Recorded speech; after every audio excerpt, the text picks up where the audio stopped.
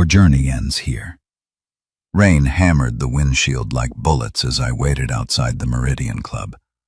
3 women stumbled through the glass doors, laughing too loud, clutching designer purses like life preservers. The privacy glass kept me invisible. Just another shadow in a black sedan. God, I still can't believe Serena's marrying that driver, the blonde said, sliding into the leather seat behind me. Her voice carried that particular brand of cruelty that rich women perfect over martinis. I adjusted the rearview mirror, catching her reflection. Jessica Crane. I'd driven her before. She never remembered faces, especially not mine. I mean, what does he even do? Sit behind a wheel all day? The brunette, Sarah Kim, buckled her seatbelt with manicured fingers. It's so ordinary. The third woman, Amanda Cross, leaned forward. Where to, ladies? Velvet room on 5th, Jessica said, already pulling out her phone. We need drinks after that disaster of a dinner. I nodded, started the engine, and pulled into traffic. The recording light on my dashboard glowed softly. Standard liability protection, clearly posted on every door. Most clients never noticed. Serena thinks he's some kind of catch because he drives rich people around, Sarah continued, like that makes him classy or something. I turned left instead of right. At least Troy had real money, Amanda said. Remember that yacht party last summer? Now that was a man who knew how to live. My hands tightened on the steering wheel. Troy Vale, Serena's ex-boyfriend, the investor with the trust fund and cocaine habit. Speaking of Troy, Jessica giggled, lowering her voice. Don't tell Serena this, but he still has her key. The car went silent except for the rain. I kept driving, taking them farther from 5th Street, deeper into the warehouse district. Through the mirror, I watched Jessica realize we weren't heading to any club. Excuse me, she said, voice sharp. Now, this isn't the way to. I pulled up to Troy's building. 30-story glass tower, doorman who knew my face, parking garage that swallowed secrets. Ladies, I said, turning to face them for the first time. The privacy glass was down now. They could see my smile. Have a wonderful evening. Jessica's mouth fell open. Sarah went pale. Amanda fumbled for the door handle. Wait, Jessica stammered. You're Nate Kellum, I said, Serena's husband. The driver? They scrambled out like the car was on fire, heels clicking on wet pavement. I watched them disappear into Troy's lobby, then checked my phone. The recording had captured everything. Their voices, their laughter, their secrets, especially the part about Troy still having Serena's key. I drove home through empty streets, windshield wipers beating time like a funeral march. The rain was getting worse. The cabin audio was clean, no background noise. Perfect clarity. I sat in my home office at 3 a.m., editing software glowing on the screen, trimming the 2-minute highlight reel that would change everything. Jessica's voice. I still can't believe Serena's marrying that driver. Sarah's laugh. What does he even do? Sit behind a wheel all day? Amanda's confession. Don't tell Serena this, but Troy still has her key. I burned it onto a USB drive and labeled it with yesterday's date. No message, no explanation needed, just the truth. Recorded legally under posted notice in a commercial vehicle. Serena was still asleep when I slipped the drive into her makeup drawer, nestled between lipsticks and foundation brushes she'd never miss. She had an early flight to Chicago for some PR conference. Perfect timing. I was finishing my second cup of coffee when she found it. What the heck is this? She stood in the kitchen doorway, USB in her palm like a piece of evidence. I looked up from my newspaper. Play it and find out. Her face changed as she listened. First confusion, then recognition, then something close to panic. When it finished, she set the laptop down with trembling fingers. Where did you get this? They rode with me Tuesday night, I said. Asked for Velvet Room. I took them somewhere else first. You recorded my friends.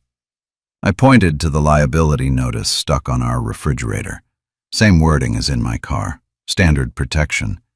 They signed waivers when they booked the ride. This is insane, Nate. You can't just what? Drive them where they wanted to go. Record conversations in my own vehicle with posted notice. I folded the newspaper carefully.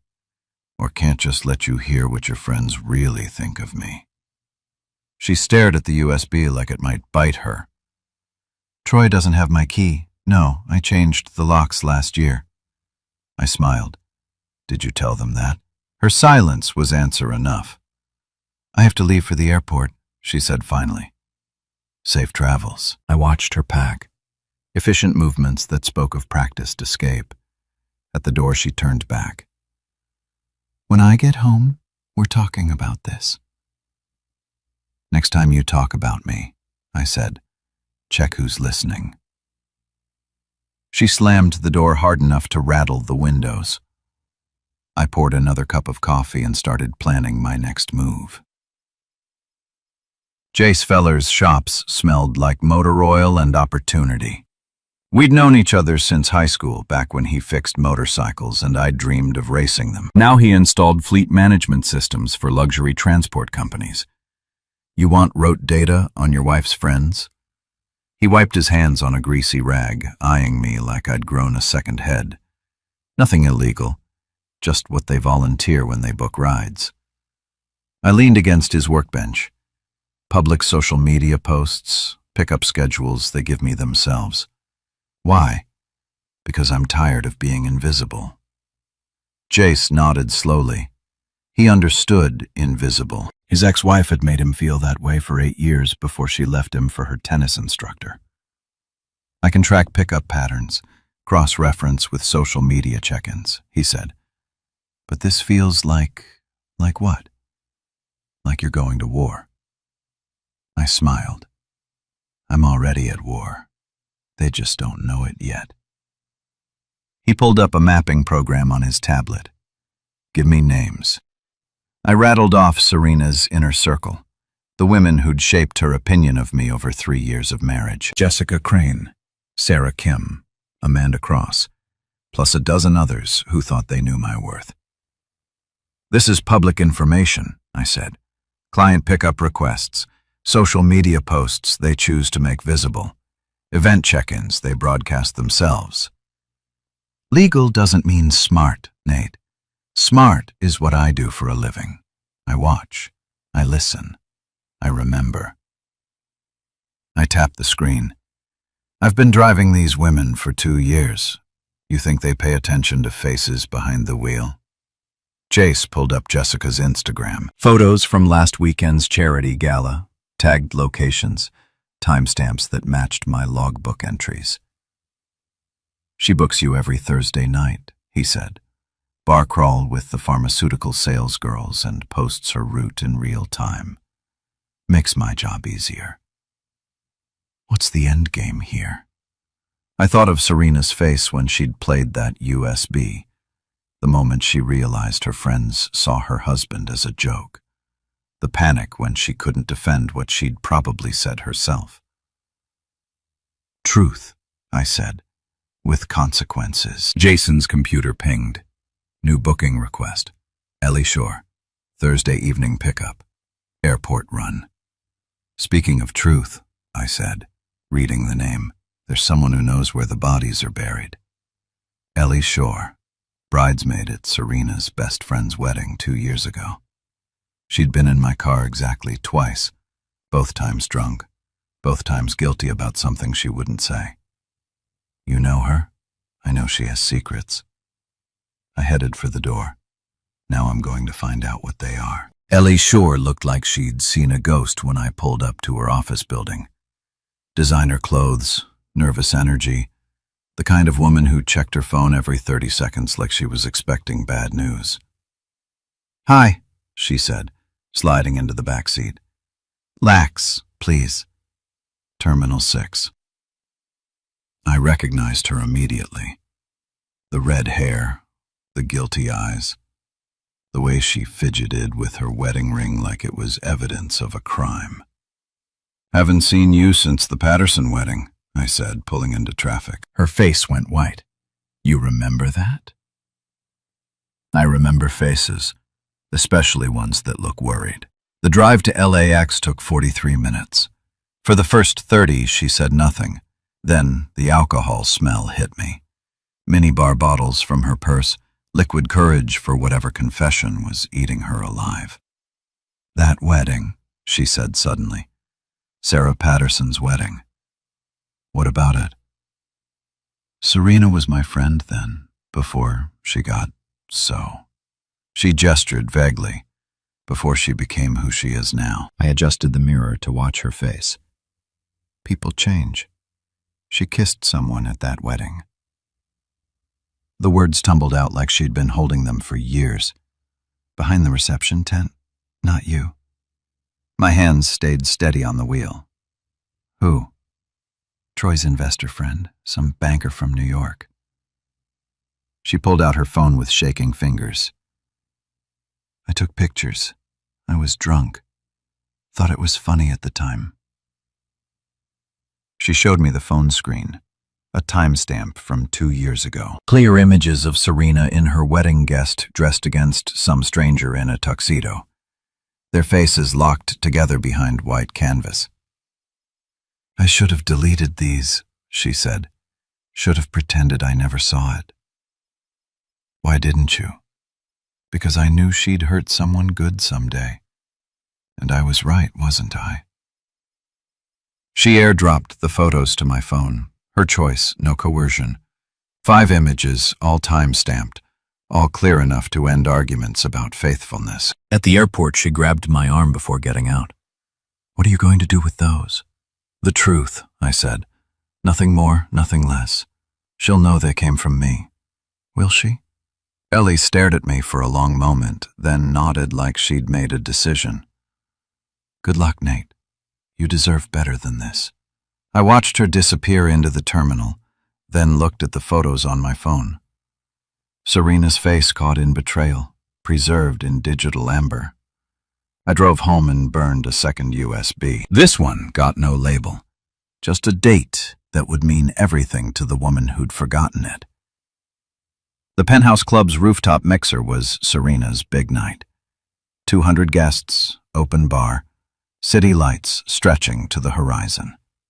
She'd spent weeks planning this event, calling it her career-defining moment with the kind of dramatic flair that made our conversations feel like bad theater. I wasn't invited. I was working. VIP shuttle service, the event coordinator had explained. Discreet transportation for our most important guests. You'll be invisible, just the way they like it. Invisible. The word that defined my marriage. Troy Vale was my second pickup of the evening. He sat in the front passenger seat. Unusual for someone of his social status, but he'd always been different. Arrogant in small ways that mattered. "Penthouse Club," he said, not bothering with pleasantries. "Big event tonight," I replied. "Serena's thing should be interesting." The way he said her name made my teeth clench like he owned it. "You two still in touch?" He looked at me for the first time. "Really?" "Looked. You're the husband, I'm the driver. Same thing, apparently." I pulled up to the club as Serena was giving her opening remarks on the rooftop terrace. Through floor-to-ceiling windows, I could see her commanding the crowd, wineglass raised, that radiant smile that had made me fall in love with her 4 years ago.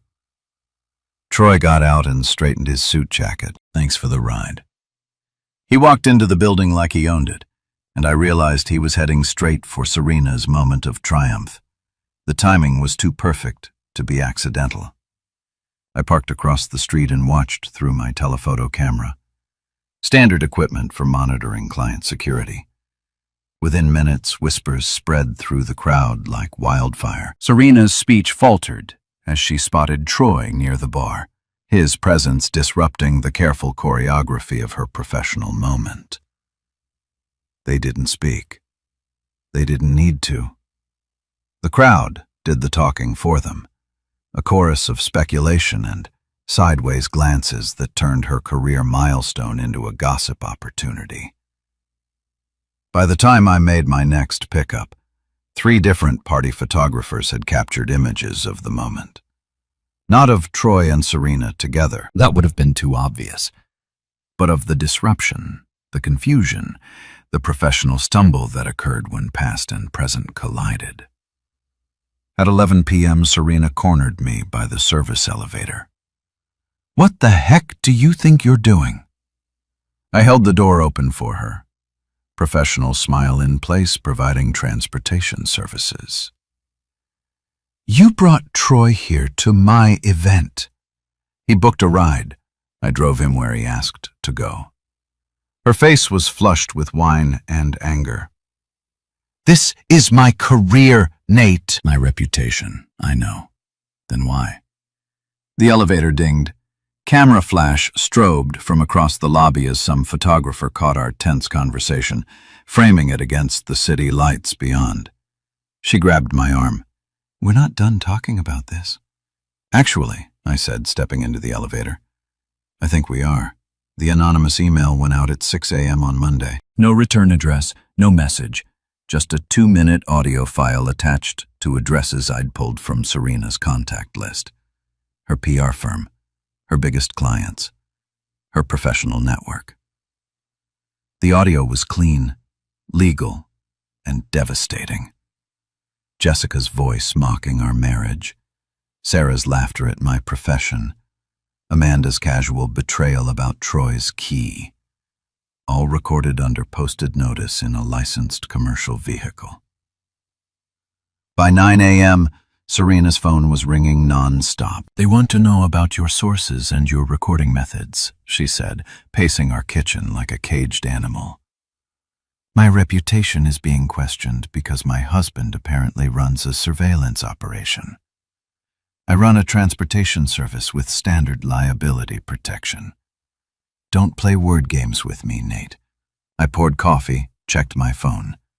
3 new booking requests had come in overnight, including one from Sarah Kim, who apparently hadn't connected the dots yet. "Your friends were discussing private matters in a commercial vehicle with clearly posted recording notices," I said.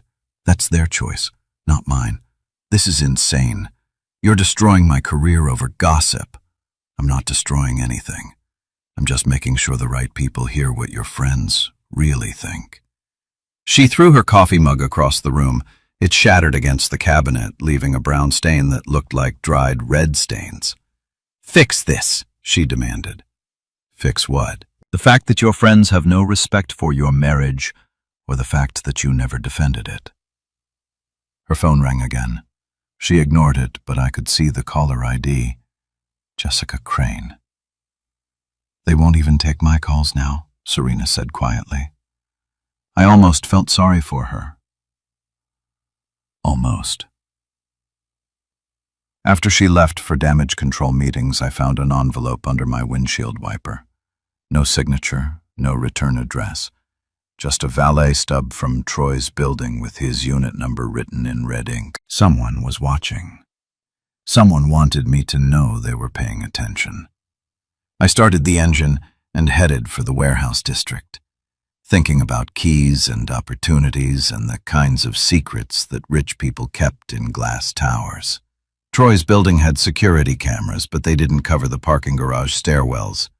I'd noticed that during my previous visits, the kind of detail you pick up when you spend your life navigating urban architecture. I waited in the shadows between floors, timing his routine. Troy was predictable in the way that wealthy men often are. Same restaurant every Tuesday, same time, same entrance and exit patterns. He appeared at 9:47 p.m., designer shoes echoing off concrete, phone pressed to his ear. "Tell her I'll think about it," he was saying, "but I'm not getting involved in her marriage drama." I stepped out of the shadows. Too late for that. He spun around, nearly dropping his phone. In the harsh fluorescent light, his face looked older than his 34 years. "Jesus, you scared me." He pocketed the phone. "What are you doing here?" "Wondered the same thing about you at Serena's event last week." "I was invited by who?" He hesitated just long enough to confirm what I already knew. "A friend of mine knows the coordinator." Bull crap. Troy straightened his shoulders, trying to project authority he didn't feel. "Look, I don't know what kind of game you're playing with those recordings, but game." I stepped closer. "You think this is a game? I think you're having some kind of breakdown. Following people, recording conversations, stalking events." He backed toward the elevator. "Serena deserves better than this. Serena deserves what she gets." "Meaning," I smiled. "Meaning you still have her key." His face went pale. "How did you—" "No, because her friends can't keep their mouth shut. Same as you, apparently." I moved faster than he expected, grabbing his phone before he could hit the elevator button. The concrete stairwell amplified the sound as it hit the floor, screen cracking into spiderweb patterns. "That's a $1,200 phone," he said. "Send me a bill." I picked up the broken device and dropped it into a storm drain where it disappeared into darkness with a satisfying splash. "Stay away from my wife," I said. "Or what?" I leaned close enough to smell his expensive cologne. "Or I'll stop being reasonable." The elevator dinged behind us. Empty car. Perfect timing. I stepped aside and gestured toward the open doors. Going up. Troy stumbled into the elevator, hitting buttons with shaking fingers. As the doors closed, I pulled out my own phone and sent Serena a text message. Careful, slippery route. She'd understand. She always did eventually. Roxy's penthouse was the kind of place where secrets went to die. 24th floor, soundproofed windows, balcony that overlooked half the city. She'd built her interior design empire on understanding what wealthy people wanted to hide. The private carb was a nice touch. Roxy liked her privacy, especially when hosting strategy sessions that involved other people's money and marriages. I pulled up at 8:15 p.m. right on schedule. Roxy emerged from the elevator wearing the kind of outfit that cost more than most people's cars. Silk and diamonds, and the confidence that came from never worrying about money. "Evening, Mr. Callum," she said, sliding into the back seat. "Penthouse Club, please." Of course. We drove in comfortable silence through downtown traffic. Roxy was one of my better clients. Professional, punctual, generous with tips. She also had the loudest balcony conversations in the city. "Actually," she said as we approached her building, "could you wait for me? I'm expecting friends and we might need transport later." "How long?" "Hour, maybe 2. I'll pay the wait time." I parked in the private bay, windows down to catch the evening breeze. 24 stories up, Roxy's balcony was lit like a stage, voices carrying clearly in the still air. "She's considering it." Roxy's voice drifted down, meeting with Troy to close loops, as she put it. Another woman laughed, a sound I recognized as Sarah Kim. Serena always was dramatic about her relationships. "It's not drama when your marriage is falling apart," said a third voice. Amanda Cross. "The whole gang was here." "Maybe it should fall apart," Roxy replied. "That driver of hers is clearly unstable. Those recordings, the stalking behavior." "Stalking." Sarah's voice pitched higher. "What do you mean, stalking?" "He followed Troy to dinner last week, cornered him in a parking garage. Troy's considering a restraining order." I pulled out my phone and started a voice memo app. Not illegal. I was parked on a public street recording conversations that were occurring in open air without reasonable expectation of privacy. "Serena needs to make a choice," Amanda said. "Either commit to the marriage or end it cleanly." "With someone like Troy available again," Roxy added, "the choice seems obvious." The conversation continued for another 20 minutes. Plans were made, strategies discussed. My wife's future decided by women who'd never worked a day in their lives. At 10:30, they moved inside. I sent Serena a text message. Don't forget your keys. Then I included Troy's address. She knows what that meant. She always did. Eventually, Troy was waiting for me in the parking garage stairwell, but this time he wasn't alone. 2 security guards flanked him. Building personnel, not private muscle, but intimidating enough for his purposes. Mr. Kellum, he said, voice echoing off concrete walls. We need to talk, do we? About boundaries, about appropriate behavior, about leaving my building and my life alone. I looked at the security guards, young men, probably college age, working part-time jobs to pay rent. They had that uncomfortable look of people who'd been asked to handle something outside their training. You boys want to step aside, I said. This is between me and him. They're here to witness, Troy replied, in case you decide to get physical again. Physical? I dropped your phone in a drain. Hardly assault.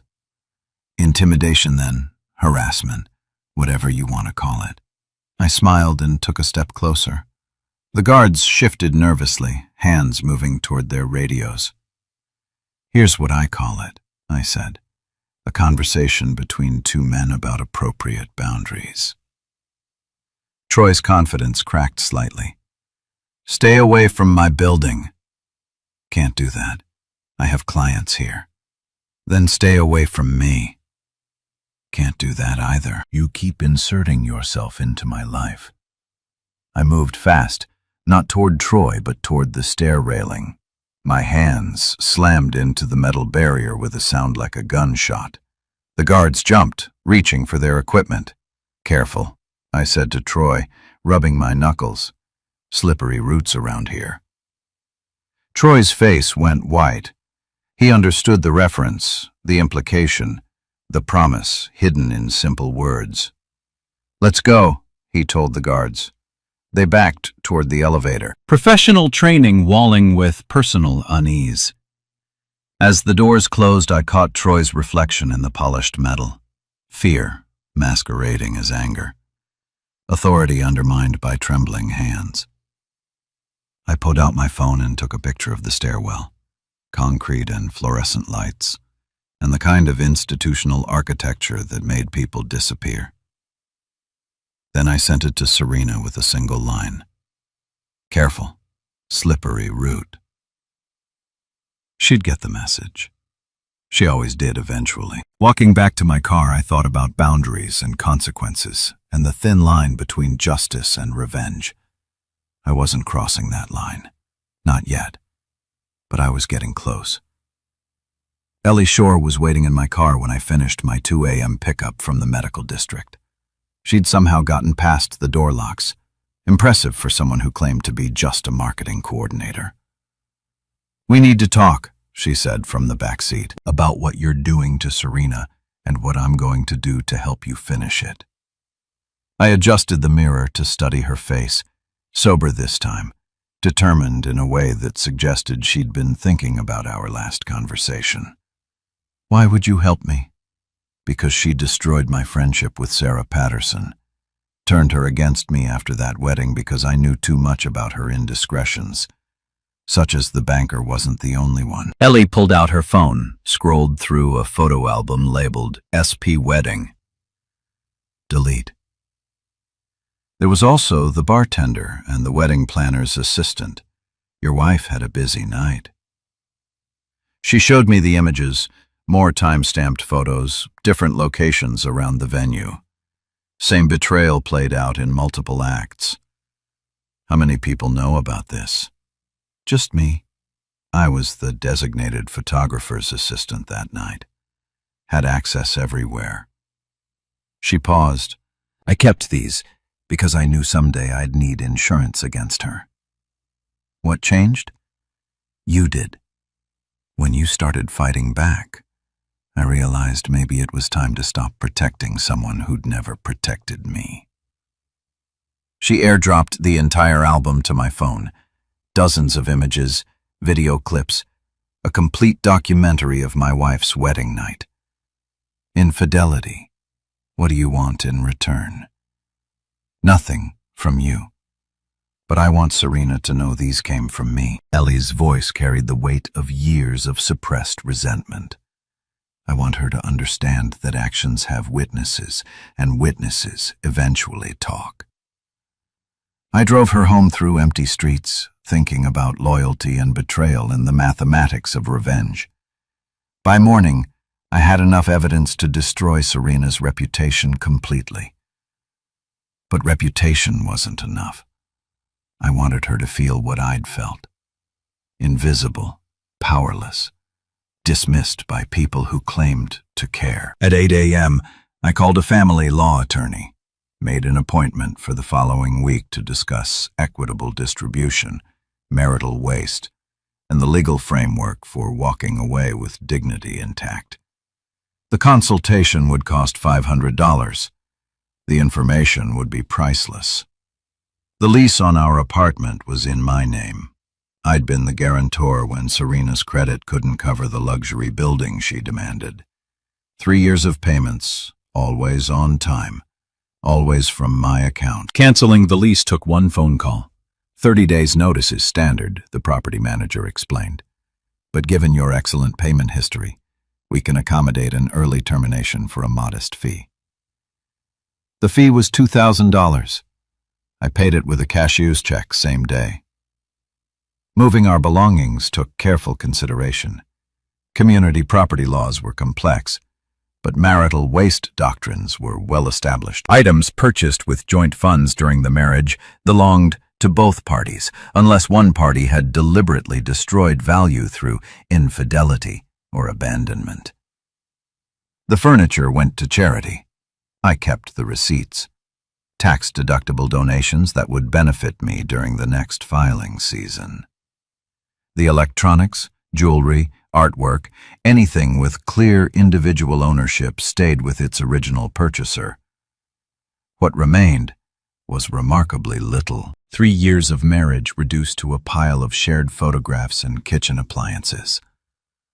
I left Serena one item on the empty living room floor. A USB drive labeled with her wedding date 2 years ago. She found it when she returned from her Chicago meeting, walking into rooms that echoed with the sound of her own footsteps. Nate. Her voice carried through empty spaces bouncing off bare walls. Nate, where are you? I was already gone. New apartment across town, month-to-month lease. Furnished rooms that felt like freedom. She called my phone at midnight, voice breaking with something that might have been genuine emotion. I played your little gift, she said. Those pictures, they're not what they look like. What do they look like? Like I was drunk and stupid and made mistakes I can't take back? Sounds accurate. This isn't how marriages end, Nate. People talk, they fight. They try to work things out. People do. I agreed.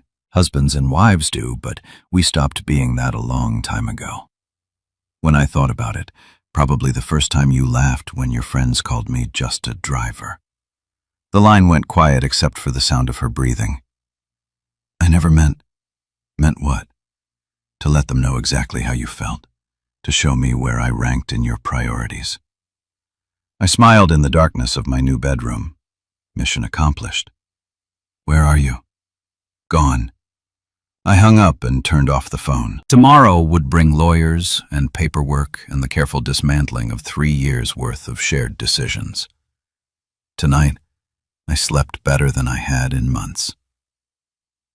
The freeway was slick with rain when Troy's headlights appeared in my mirror, weaving through traffic like a man with nothing left to lose. I was returning Serena's laptop bag, her property, legally speaking, though the irony wasn't lost on me. His BMW pulled alongside my sedan at 70 miles per hour, engine roaring against the storm. Through the passenger window, I could see his face twisted with rage and something closer to desperation. He swerved toward me. I touched the brakes, let him slide past, then accelerated into the gap he'd created.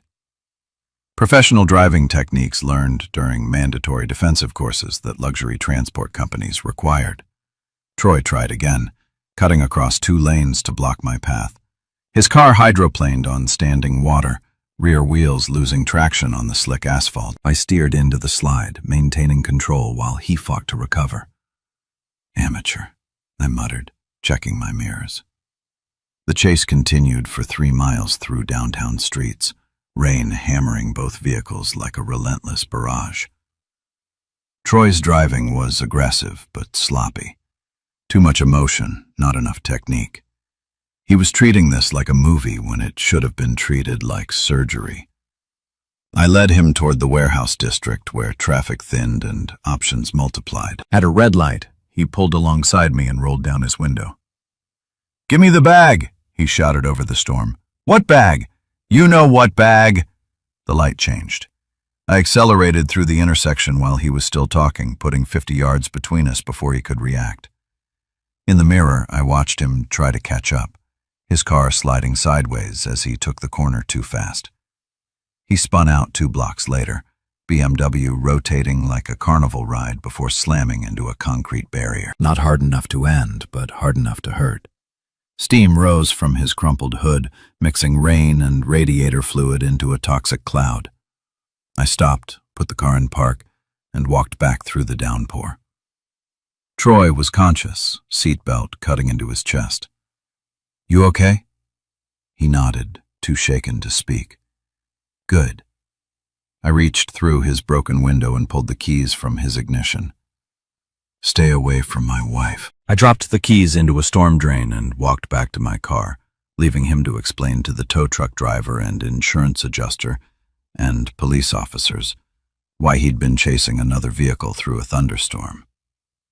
The laptop bag went on to Serena's front porch along with a letter I'd written that morning. Formal separation agreement, asset division, and a clear statement that I wanted distance, not reconciliation. No therapy, no counseling, no attempts to work things out. Just the end, delivered through rain and darkness and the mathematics of consequence. I drove home through empty streets, thinking about choices and their inevitable results. Some storms you weather, others you just survive. This one was almost over.